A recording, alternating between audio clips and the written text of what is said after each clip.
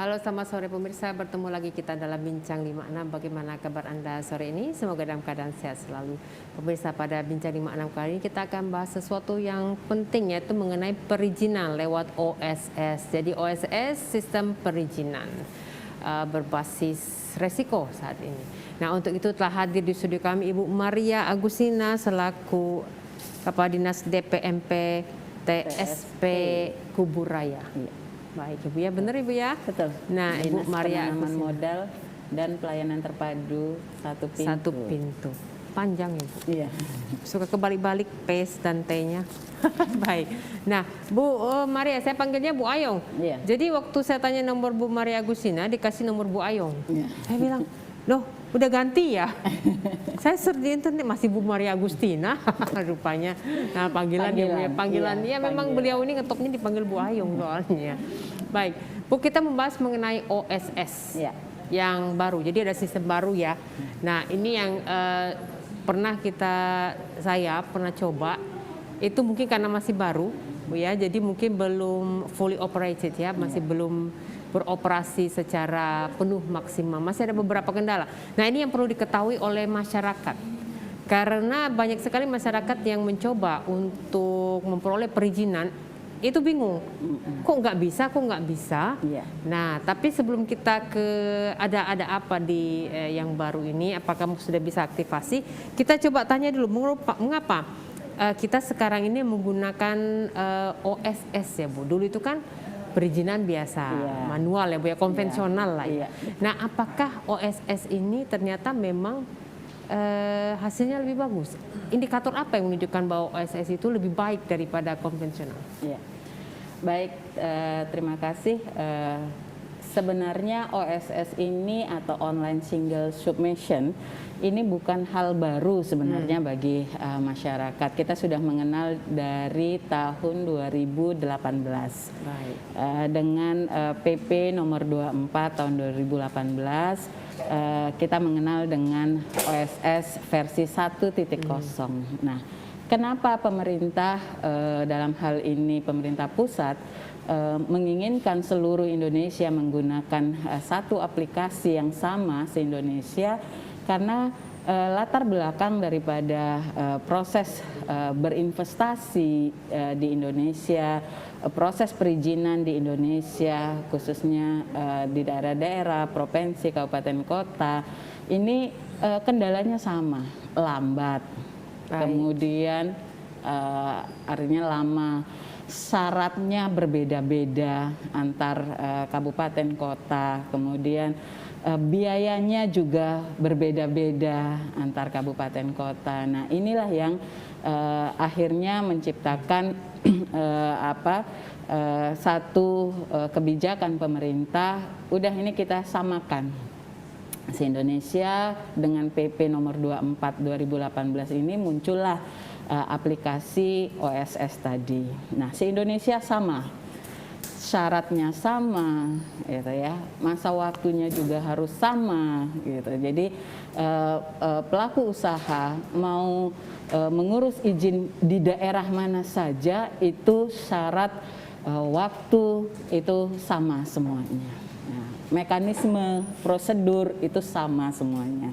Nah, dengan PP 24 2018 ini kita mengenal OSS versi 1.0.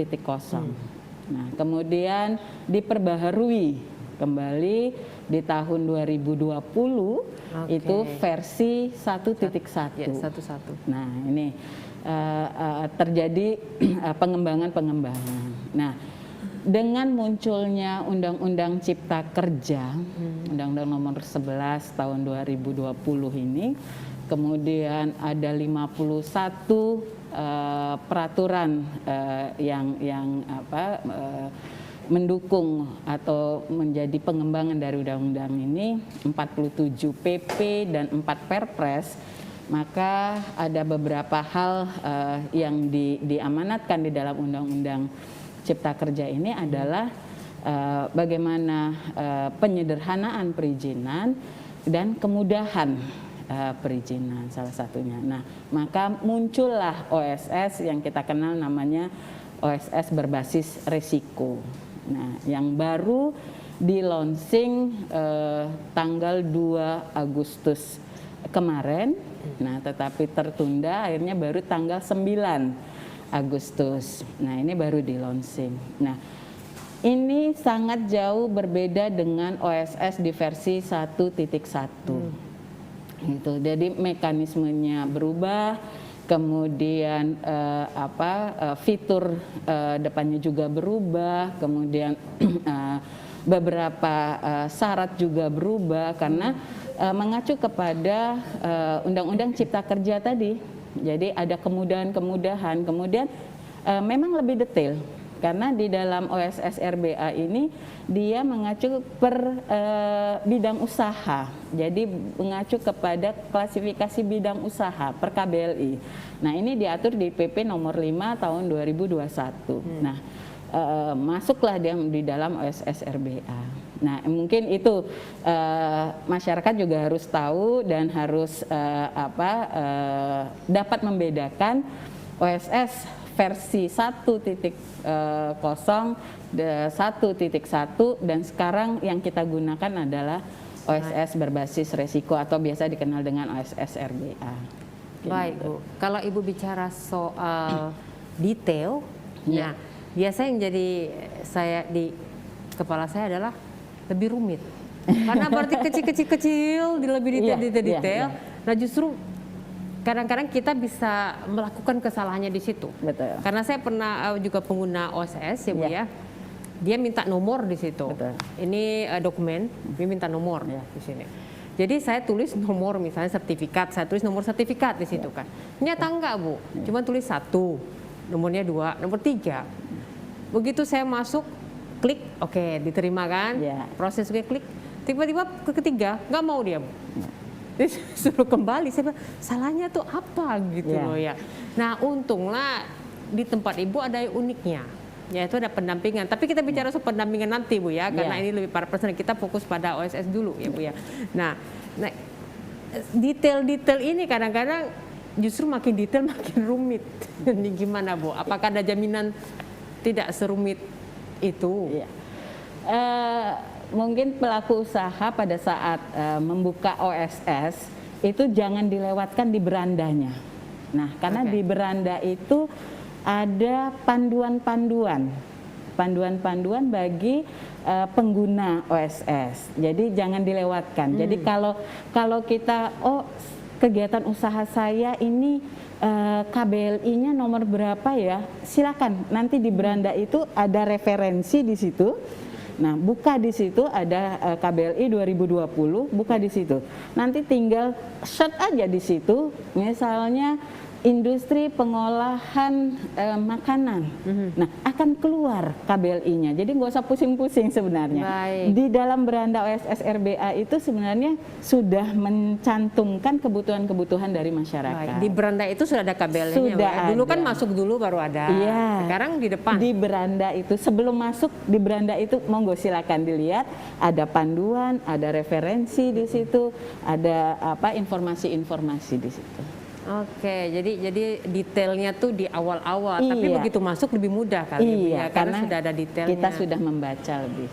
Oke, baik Bu. Nah, izin apa saja yang ada bisa kita lakukan lewat OSS? Apakah semua bidang usaha bisa lewat OSS? Ada 18 sektor yang diakomodir di OSS. Tapi kalau untuk kabupaten kota sendiri itu tidak semua sektor dilayani di OSS. Kalau di kabupaten kota itu sektor pendidikan masuk di OSS. Baik. Kesehatan masuk. Tetapi tidak semua ya, kesehatan hanya apotik misalnya gitu. Tapi kalau misalnya untuk sertifikat atau izin praktek dokter, praktek bidan itu nggak ada di OSS. Nah, pendirian rumah sakit itu ada di OSS, itu sektor kesehatan. Kemudian perdagangan itu juga ada di OSS. Kemudian perindustrian itu juga ada di OSS. Nah, itu ada 18 sektor, tapi tidak semua 18 sektor itu adanya di kabupaten kota. Jadi ada yang menjadi kewenangan provinsi, ada yang menjadi kewenangan pemerintah pusat. Baik. Gitu. Kalau seandainya tidak ada di situ, terus kami izinnya lewat apa, Bu? Nah, Lewat mana? kalau untuk di Kabupaten Kuburaya jangan khawatir karena izin-izin yang tidak ada di OSS, Ya. Kabupaten Kuburaya itu juga sudah menggunakan aplikasi online kepada masyarakat, namanya Si Cantik Cloud. Nah, tadi izin-izin kayak izin praktek dokter, izin praktek bidan, kemudian KRK, nah kemudian PYRT. Nah, Oke. itu sudah kita layani melalui Si Cantik Cloud. Oke. Online juga. Gitu, Baik. online juga. Ibu, sebelum kita lanjutkan bidang-bidang mana saja yang tidak tercover dan bagaimana cara izinnya, setelah iklannya masyarakat kita lanjutkan kembali. Pemirsa, tetaplah bersama kami. Terima kasih Anda masih bersama kami di Bincang 56. Ibu Ayung, kita lanjutkan kembali. Jadi tadi Bu, beberapa perizinan itu memang tidak ada di OSS. Jadi masyarakat jangan bingung. Iya. Kalau untuk Kuburaya, jadi Si Cantik ini punya Kuburaya, Bu? Si Cantik sebenarnya ini juga aplikasi nasional. Oke. Jadi aplikasi nasional, tapi memang tidak seluruh daerah itu menggunakan Baik. fasilitas pemerintah ini gitu. Oke, tapi kalau untuk yang beroperasi usahanya di Kuburaya, silakan. Kalau tidak ada di OSS, gampang ke Si Cantik. Gampang Ya, Bu, ya. Si Cantik. Karena Kuburaya sekarang semua proses perizinan sudah online. Jadi tidak ada lagi yang manual. Baik, baik. Tapi saya nanti mau tanya kendalanya, Bu. Karena iya. maklum ya, Iya, yang namanya Kuburaya itu kan wilayahnya luas. betul. Dalam waktu perjalanan sekian jam aja masih Kuburaya. Betul. Jadi, dan daerahnya, mohon maaf, internetnya kadang-kadang Iya. masih ngadat. Nah, Betul. nanti saya tanyakan bagaimana upaya Kuburaya, apa sih triknya supaya yang investasi dimanapun di Kuburaya terakomodasi. Baik, Bu, selama ini kira-kira apakah ada kenaikan dalam investasi atau permodalan sedang menggunakan OSS? Ya, kalau kita lihat dari realisasi investasi, ya, sebagai salah satu indikator ukuran adanya keberhasilan penggunaan aplikasi modal, OSS ya. terhadap peningkatan investasi itu terjadi peningkatan, gitu. Terjadi peningkatan investasi di Kabupaten Kuburaya. Jadi adanya penambahan investasi di Kabupaten Kuburaya. Nah, 2020 kita terrealisasi penambahan investasi itu sebesar 1,5 triliun. Jadi itu penambahan di tahun 2020. Dengan total investasi kita yang berdasarkan laporan pelaku usaha LKPM-nya, laporan kegiatan penanaman modal itu totalnya 12 triliun sekian. Nah, jadi itu total secara keseluruhan. Itu data 10 tahun terakhir. Nah, sebenarnya itu tidak real. Kenapa saya katakan tidak real? Karena banyak juga pelaku usaha yang belum menyampaikan nilai investasinya mereka. Nah, ini PR kami juga di Kabupaten Kuburaya. Karena setelah kami koordinasikan dengan statistik, nggak segitu sebenarnya, agak lebih besar gitu. Nah, jadi dengan kemudahan-kemudahan yang dilakukan melalui aplikasi proses pelayanan perizinan, kami melihat ini semakin terjadi kemudahan dan percepatan lah di dalam proses pelayanan perizinan. Baik. Kalau beda OSS yang versi 101 dengan RB atau risk based approach itu bedanya apa, Bu? Selain tadi kan dari beranda tuh kita sudah mulai memposisikan diri di mana. Ya. Nah, kalau dulu kan saya nggak ada tuh memposisikan diri di mana ini. Jadi apa saja beda-bedanya di kalau di situ? Dari bahasanya saja sudah berbeda. Yang Iya. satu OSS versi 1.1, satu OSS berbasis resiko. Ya. Yang nampak benar dari situ adalah dengan OSS berbasis resiko, masyarakat atau pelaku usaha tahu resiko terhadap kegiatan usahanya. Jadi pada saat pemohon melakukan pendaftaran permohonan melalui OSS RBA, pemohon akan mendapatkan informasi kegiatan usaha mereka ini resikonya apa. Nah, di dalam Undang-Undang Cipta Kerja, di dalam PP nomor 5 dan nomor 6, ada pengklasifikasian terhadap resiko kegiatan usaha. bagaimana terjadi pengklasifikasian. Nah, ini urusan teman-teman di pusat lah. Jadi sudah dilakukan pengkajian baik lingkungan, tenaga kerja, dampak dan sebagainya. Jadi di dalam OSS RBA ini ada 4 klasifikasi resiko. Begitu pemohon masukkan kegiatan usahanya, dia akan muncul nanti, misalnya dia masuk KBLI ini. Nah, pelaku usaha sendiri sudah bisa tahu, oh kegiatan usaha saya ini resikonya rendahkah, Baik. menengah rendahkah, menengah tinggikah, atau tinggi. Nah, sehingga izin atau dokumen yang mereka dapatkan juga berbeda.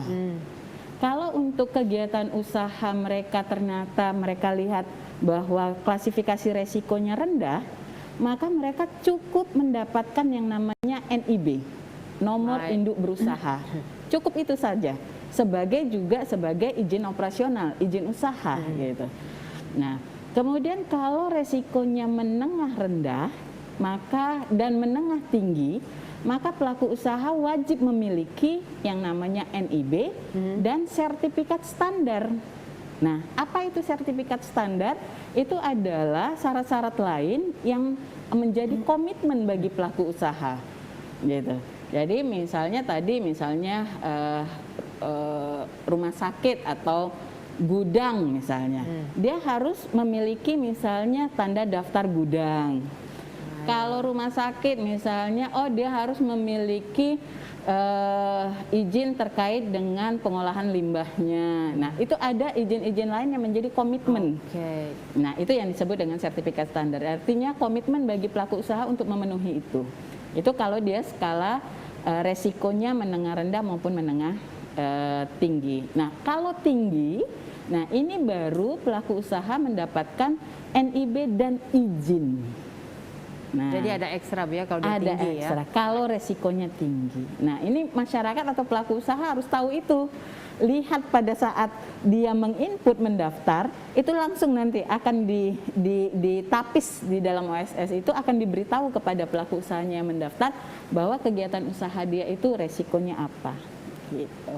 Itu yang membedakan. Baik, tapi yang tahu tadi seperti yang saya tadi bilang, berarti memang orang itu sendiri sudah harus tahu usahanya apa, dia termasuk kategori mana, dia sendiri yang menilai. Iya, betul. Nah, apa sih efek positif dari ketika dulu kan gini Bu, kalau masuk OSS itu, saya masukkan aja datanya, saya nggak nilai diri saya sendiri. Iya, betul. Itu sudah terseleksi. Sekarang itu sepertinya pengguna itu yang memang harus tahu dia di posisi yang mana. Betul. Nah, kenapa? Apakah ada efek positif dari sini? Nah, ini yang tadi saya katakan lebih mempermudah dan percepat. Jadi nanti akan kita lihat apakah dia perlu melengkapi syarat-syarat, apakah ada syarat-syarat yang harus dilengkapi atau tidak, apakah ada komitmen yang harus dilengkapi atau tidak. Jadi tidak sia-sia nih pelaku usaha nyiapin berkas ini padahal nggak dipakai. Misalnya, oh ternyata kegiatan usaha saya rendah nih, udah saya cukup NIB, dilihat KBLI-nya apakah harus memenuhi persyaratan. Nah, di situ juga ada, oh tidak ada persyaratan yang harus dia penuhi misalnya. Jadi pelaku usaha akan lebih tahu, oh kalau saya menengah rendah, saya harus menyiapkan komitmennya ini. Itu dari awal ya Bu? Dari sudah awal terdeteksi. akan kelihatan. Nah, di beranda monggo silakan, di situ sudah ada panduannya. Oke, jadi kalau saya simpulkan Bu, itu repotnya itu di depan. Begitu sudah penuh semua, ketika termasuk OSS itu sudah disiapkan semua. Oh, Anda memilih ini berarti Anda penuhi Cukup ini aja. Saja. Iya. Baik. Gitu. Berarti seharusnya lebih baik. Tapi kayaknya masih belum bisa dipakai ya Bu sekarang. Ya. Memang sekarang OSS RBA baru launching dari tanggal 9 kemarin, sedang tahap-tahap perbaikan, penyempurnaan, alurnya dan sebagainya itu memang sedang dalam tahap-tahap perbaikan. Tapi nggak apa-apa, silakan dicoba, silakan bagi pelaku usaha yang sudah memiliki NIB lama, sudah memiliki akun lama, itu silakan masuk. Nah, nanti akan dipandu di OSS itu gitu. Jadi silakan masuk menggunakan akun yang lama. Nah, nanti akan dipandu gitu. Baik. di dalam OSS. Jadi itu penyebabnya para pemirsa apabila Anda menemui kendala pada saat ini untuk perizinan, itu karena memang masih proses migrasi Iya, data, betul. maintenance dan Iya, sebagainya. Jadi betul. memang belum, tapi semoga cepat ya Bu ya. Mungkin minggu Amin, depan kita amin. Mudah-mudahan udah baik ya Bu sudah ya. bisa ini. Ya. Baik Bu, kemudahan perizinan dengan penggunaan OSS ini tidak serta-merta kemudian apa yang di SOP-kan oleh perizinan itu bisa cepat prosesnya apabila tidak didukung oleh sinergi dengan instansi lain. Misalnya, Ibu kan perizinan udah hebat nih OSS dan sebagainya. Tiba-tiba misalnya dia mau buka usaha pertanian harus ke dinas pertanian, Iya. tiba-tiba ngadatnya di situ. Iya. Nah ini bagaimana mematchkan ini? Iya. Nah, secara administrasi kita ada standar pelayanan. Kita punya SOP, standar operasional prosedur. Kalau itu hanya sebuah dokumen, nggak ada gunanya menurut kami. Nah, apa yang diperlukan? Bagaimana SP, standar pelayanan dan SOP ini bisa kita implementasikan. Nah, memang berkoordinasi itu gampang diucapkan gitu ya. Baik. Jadi gampang. Nah, tetapi tidak menjadi kendala kalau kita mau melaksanakan. Nah, langkah-langkah kami di Kuburaya apa? Kami selalu melakukan rapat-rapat kerja, rapat-rapat teknis, terutama dengan teman-teman tim teknis jika terjadi kendala-kendala. Kita mengevaluasi jika ada masalah-masalah di lapangan. Nah, itu yang terus kita lakukan. Itu di tingkat back office-nya gitu. Jadi teman-teman bidang back office kita, staf kita itu terus-menerus melakukan rapat-rapat teknis dan evaluasi. Nah, di level kami juga di kepala dinas kami terus mengkomunikasikan ini. Nah, itu yang harus kita lakukan.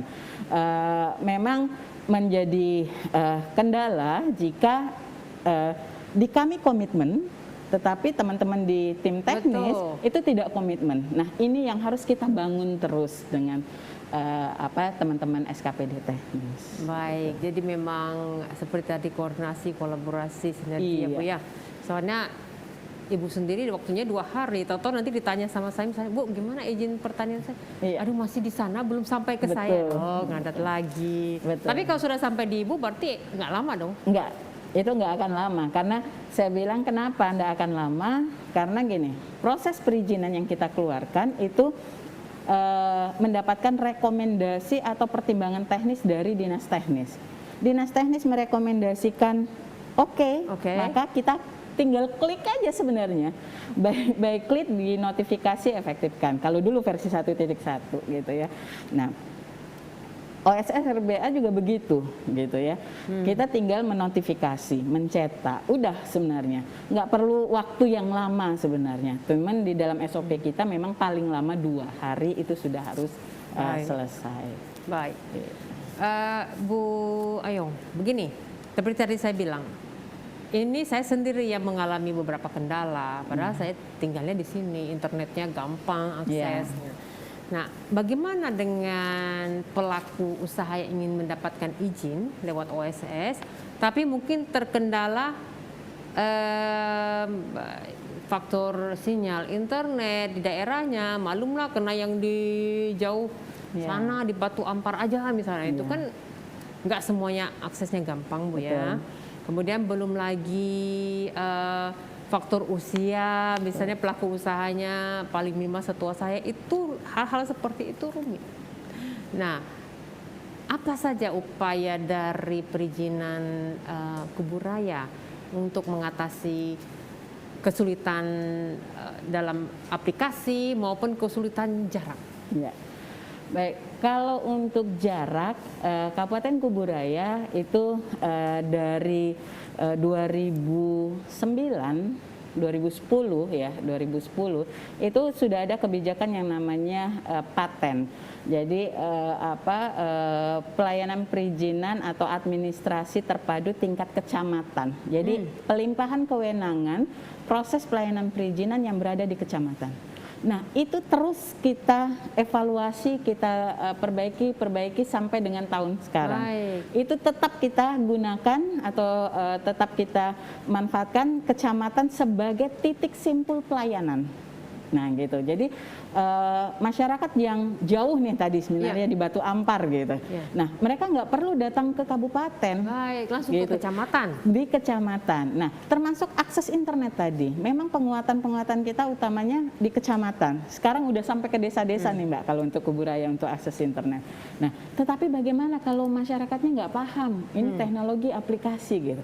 Nah makanya Kuburaya juga tetap menjalankan pelayanan pendampingan kepada pelaku usaha. One and one gitu ya Bu ya? Iya, jadi berhadapan langsung, kita bimbing di situ gitu ya, supaya mereka juga memahami. Gitu. Jadi pelayanan pendampingan tidak hanya berada di kabupaten, tapi juga adanya di kecamatan. Nah baik Bu, saya ini termasuk pengguna manfaat pendampingan yang Ibu bilang tadi. Iya. Ketika mentok di rumah itu, aduh kita kemana gitu Bu ya? Jadi bingung, akhirnya saya ke Kuburaya, kantor bupatinya. Iya. Nah di situ mendapatkan pendampingan one-on-one. Nah stafnya harus saya akui semuanya ramah-ramah di depan, itu sangat welcome ya Bu ya. Iya. Jadi kita pun nggak takut. Kemudian tinggal minta pendampingan di situ duduk dibantu gitu di kantor bupati itu. Nah kita kan tahu Bu ya komitmen Pak Muda. Kita tahu pasti terhadap pelayanan publik. Nah Ibu juga ya Bu sudah lama di situ. Nah bagaimana Ibu memastikan yang di bawah-bawah ini memberikan layanan prima kepada masyarakat? Ya. Terkait dengan kemampuan SDM, kemudian sikap perilaku dari teman-teman kami, staf-staf kami dalam pelayanan ini, memang kita akan lakukan sebulan sekali itu evaluasi. Baik. Ya, evaluasi, bahkan kadang saya sendiri juga turun lihat. Saat-saat tertentu lihat nih bagaimana adik-adik kami, staf kami melakukan pelayanan kepada masyarakat, terutama dalam hal pendampingan. Nah, kemudian dari sisi kualitas adik-adik juga terus-menerus kita tingkatkan. Jadi kalau ada sosialisasi, ada bimbingan teknis, ada diklat terkait dengan penggunaan OSS maupun regulasi-regulasi yang mendukung, ini selalu kita ikutkan. Nah, dan juga kan kadang tidak semua bisa ikut BIMTEK sosialisasi. Nah, kami juga selalu setiap tahun itu minimal 2 kali atau 3 kali kami melakukan in-house training. Jadi ada transfer knowledge antara staf yang satu dengan staf yang lain supaya kemampuan mereka menguasai daripada materi itu sama gitu. Baik. Jadi itu yang kami lakukan, strategi kami. Luar biasa. Baik Bu, saya ingin menanyakan strategi berikutnya dengan OSS RBA ini. Iya. Nah, apakah akan ada strategi khusus? Apakah misalnya tetap ada bantuan pendampingan, karena mengingat ini hal baru juga gitu loh. Tapi setelah iklan layanan masyarakat berikut ini, pemirsa tetaplah bersama kami kembali. Baik, terima kasih Anda masih bersama kami di Bincang 56. Kita lanjutkan kembali bincang-bincang kita dengan Kepala Dinas Perizinan Satu Pintu Ibu Maria Agustina. Jadi Ibu tadi kita OS-nya kan baru kan RBA ini. Iya. Pasti baru, jadi agak sulit. Kalau saya sih ya nggak tahu, mungkin yang milenial sih gampang kali ya, ngerti kali ya. Nah, apakah ada bentuk-bentuk bantuan untuk akses OSS RBA ini? Ya. Di kami tadi dengan layanan pendampingan terus-menerus kami lakukan, apalagi dengan OSS RBA ini yang baru, maka penguatan kami terhadap layanan pendampingan itu terus, konsultasi itu terus. Bahkan kami punya call center layanan melalui WA. Bisa V-call gitu, bisa telepon langsung, itu bisa ke nomor 0812 5319 6600. Nah, masyarakat tidak mesti harus datang ke kantor kami. Masyarakat dari rumah atau dari kantor, misalnya bingung nih, mentok di mana, bisa V-call di nomor call center kami. Jadi itu terus-menerus strategi kami untuk bisa membantu masyarakat jika masih belum paham terhadap OSS ini. Oke, jadi masih pendampingan juga masih Bu, masih ya? Terus. Baik. Nah, kemudian tutorialnya sudah siap Bu? Ya. Tutorial dengan launchingnya OSS RBA sebenarnya sudah bisa kita lihat di YouTube ya, dari Kementerian Investasi atau BKPM itu sudah banyak. Kemudian bisa melalui IG-nya oss.go.id Nah, itu banyak sekali tutorial, informasi atau panduan-panduan terhadap OSS RBA ini. Baik, baik. Nah, apa sih Bu kira-kira nanti ke depannya ini menurut perkiraan Ibu ya? Kendala yang dihadapi dengan penggunaan OSS RBA. Ya.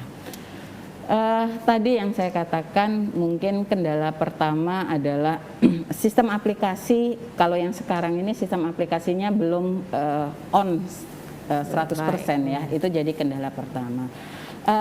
Kedua, sebenarnya kita menghadapi masyarakat kita atau pelaku usaha kita yang belum memahami atau belum benar-benar mengetahui teknologi. Nah, itu kenapa kami selalu melakukan layanan pendampingan. Itu juga menjadi sebuah kendala buat kami. Nah, kemudian yang kendala ketiga, kan ini ada perubahan di mana OSS ini bukan hanya milik DPMPTSP, tetapi juga milik dari SKPD teknis yang merupakan bagian dari tim teknis kami. Nah, ini budaya dan perilaku kerja teman-teman di teknis yang tadinya hanya menerima hasil administrasi sudah oke di depan, front office sudah oke, baru kami serahkan ke dinas teknis. Sekarang enggak. Sekarang sama-sama harus melototin nih aplikasi OSS ini dari awal gitu ya. Jadi harus sama-sama supaya setiap hari perizinan yang masuk itu sama-sama kita lihat. Kenapa memangnya Bu? Ya karena tadi kewenangan dari teman-teman teknis sekarang itu mulai dari awal. Jadi dulu kan dari perizinan, santai aja sampai barang datang ya Bu ya? Sampai barang datang. Nah sekarang enggak, sekarang dari awal. Nah makanya mereka sudah diberikan hak akses turunan. Nah gitu, jadi ini juga mekanisme alur yang sedikit berubah di dalam OSS RBA ini. Nah, maka minggu depan kami akan melakukan simulasi terhadap implementasi ini karena sudah ada permohonan-permohonan yang masuk. Nah, kami melihat tadi hari ini saja saya buka di akunnya saya itu ada 5 perizinan yang keluar secara otomatis. Ini artinya apa? Artinya bahwa kita melebihi NSPK yang sudah ditetapkan di dalam OSS. Nah, ini harus kita evaluasi masalahnya apa. Berarti instansi harus cepat. Harus cepat gitu. Kalau enggak keduluan secara otomatis. Saya pengguna ya senang aja. Iya, pengguna senang aja gitu kan. Tapi nanti pada saat kita lakukan pengawasan, nah kasihan juga pelaku usahanya begitu.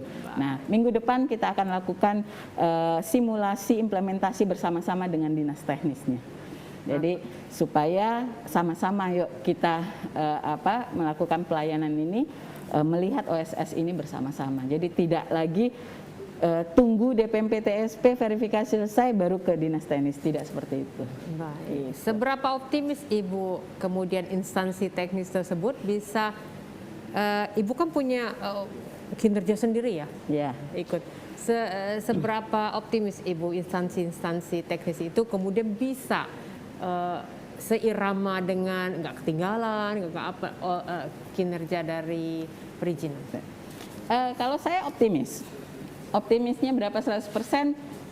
Nggak nyampe 100% lah, paling 90%. 100% punya Tuhan Bu. 100% punya Tuhan. Nah jadi kenapa? Karena kami sudah menyiapkan regulasi-regulasinya. Jadi hak akses turunan sudah kita sampaikan kepada kepala SKPD-nya. Kemudian sudah kita sampaikan kepada tim teknisnya bahwa mereka sudah mendapatkan hak akses turunannya. Nah sekarang kita sama-sama ayo mengajak mereka, begini loh cara proses OSS RBA yang terbaru dengan kita simulasikan. Nah ini aja kita belum mengagendakan untuk simulasi bersama, udah beberapa SKPD teknis, tim teknisnya bertanya, ini kami diajarin dong, kami diajak dong, ini gimana caranya. Nah jadi ini yang membuat kami optimis bahwa proses pelayanan perizinan melalui OSS ini di Kuburaya insya Allah bisa berjalan dengan baik. Baik, nah apakah ada target tertentu Bu dengan OSS RBA ini, misalnya nilai investasinya jelas meningkat Bu ya, tapi apakah ada target? Terkait dengan penggunaan aplikasi sistem OSS ini sebenarnya bagian kecil daripada proses pelayanan investasi terutama di daerah gitu ya. Nah, supaya proses perizinannya ini cepat gitu, mudah gitu ya. Gitu. Nah, tapi tidak menutup beberapa pelaku usaha juga menjalankan atau memenuhi kewajibannya untuk menyampaikan laporan kegiatan investasinya mereka. Nah, paling tidak dengan proses perizinan lebih cepat, lebih mudah, sehingga kegiatan usaha mereka cepat berjalan gitu. Nah, cepat dilakukan. Nah, ini akan mendukung mereka untuk cepat melakukan operasional kegiatan usahanya. Nah, tapi kami juga tidak hanya sampai di situ, karena ada kewajiban-kewajiban pelaku usaha yang harus dilakukan oleh mereka untuk menyampaikan laporan kegiatan investasinya kepada pemerintah. Nah, kalau kita sebut namanya LKPM, Laporan Kegiatan Penanaman Modal. Nah, ini juga kita harus melakukan apa ya, terus memberikan pemahaman kepada pelaku usaha, mengingatkan kepada pelaku usaha, yuk periode ini, karena per triwulan mereka harus menyampaikan laporannya kepada pemerintah. Nah, jadi setiap 3 bulan sekali mereka wajib menyampaikan laporan, karena kita hanya menghimpun seberapa besar penambahan investasi yang mereka laporkan kepada kita. Baik, jadi memang harapannya tertib admin, tertib lancar laporan, semua, laporannya betul. juga lancar. Baik, Bu, bagaimana sejauh ini sosialisasi dari OSS ini? Iya. RBA?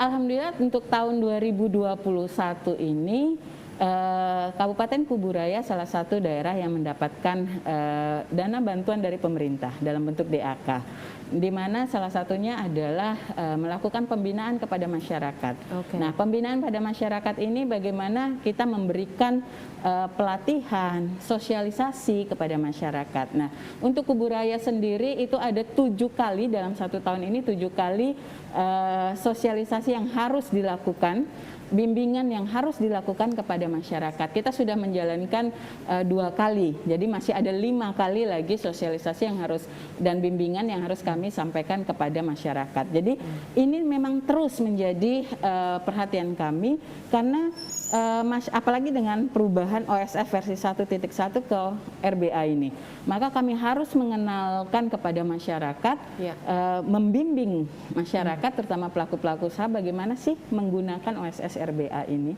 gitu. Bagaimana sih masyarakat bisa menyampaikan laporan kegiatan penanaman modalnya secara tertib dan baik dan benar, karena juga penyampaian laporan ini juga melalui aplikasi yang nanti juga terintegrasi dengan OSS RBA ini gitu. Oke, jadi itu yang jadi kita sudah lakukan. ada, Bu, ya, sudah khusus ya sudah. sosialisasinya ya. Iya. Baik. Nah, bagaimana Ibu strategi monitoringnya? Karena ini yang terlibat, kalau saya di kepala saya dan Ibu mau monitor yang mana? Yaitu monitor instansi teknis, kemudian monitor dari pengguna, kemudian monitor dari instansi Ibu sendiri. Itu strategi yang digunakan apa, Bu, dalam monitoring? Kalau yang kita kenal strategi yang sudah mendunia, gitu ya. Strategi kepung bakul ya. Jadi strategi kepung bakul ini, jadi monitoring dan evaluasinya tidak semata-mata hanya dari DPMP-TSP-nya saja gitu. Tadi yang Mbak Nurul sampaikan bahwa DPMP-TSP-nya bagus nih, tetapi bagaimana dengan SKPD-SKPD-nya gitu. Nah, maka monitoring dan evaluasi ini juga kami melibatkan seluruh SKPD. Jadi 6 bulan sekali kami melakukan evaluasi, monitoring dan evaluasi terutama dengan seluruh kepala SKPD-nya. Kalau evaluasi yang di level bawah itu selalu kami lakukan setiap 1 bulan sekali, karena kami ada namanya rekonsiliasi perizinan. Nah, disitulah kami melakukan monitoring dan evaluasi apa masalah-masalah di tingkat teknis. Jadi setiap bulan. Jadi sebelum kami rilis berapa izin yang keluar, berapa izin yang ditolak, apa permasalahannya, itu 1 bulan sekali. Kemudian 3 bulan sekali kami melakukan survei kepuasan masyarakat. 3 bulan sekali? 3 bulan sekali. Dekat ya? Iya. Dan per jenis izin. Nah, ini juga survei kepuasan masyarakat kami tidak hanya manual dalam arti masyarakat datang, pasien datang ke kantor, isi survei kepuasannya, ada 9 indikator. Kami juga melakukan by online. Kita punya Bitly sendiri, jadi kita WA kan kepada pelaku usaha yang telah menerima izin, kita minta pendapat dari mereka. Nah, jadi itu monitoring dan evaluasi strategi yang kami lakukan. Baik, sudah ada ya Bu ya semua. Sudah ada Baik, semua. terima kasih sekali Bu Maria Agustina. Ada banyak masih saya ingin tanyakan, tapi waktu jua. Mudah-mudahan kita ketemu lagi ya Bu ya. Di Amin. sini. Mudah-mudahan Baik, ini dapat didengar seluruh masyarakat, terutama masyarakat dan pelaku usaha yang akan berinvestasi di Iya. Kuburaya, bahwa proses perizinan di Kuburaya itu nggak sulit. Nggak sulit ya. Di semuanya sudah dimudahkan. Semua sudah dimudahkan. Baik, saya tutup sebentar ya Bu ya. Pemirsa, demikianlah bincang-bincang kita mengenai OSS sistem perizinan yang sekarang ada versi baru RBA, dan semoga informasi tadi membawa manfaat bagi Anda semua. Dan jangan lupa memang saat ini OSS RBA masih dalam maintenance kalau Anda buka di situ, tapi mungkin segera bisa kita gunakan atau dioperasikan. Selamat sore dan sampai jumpa. Terima kasih ya.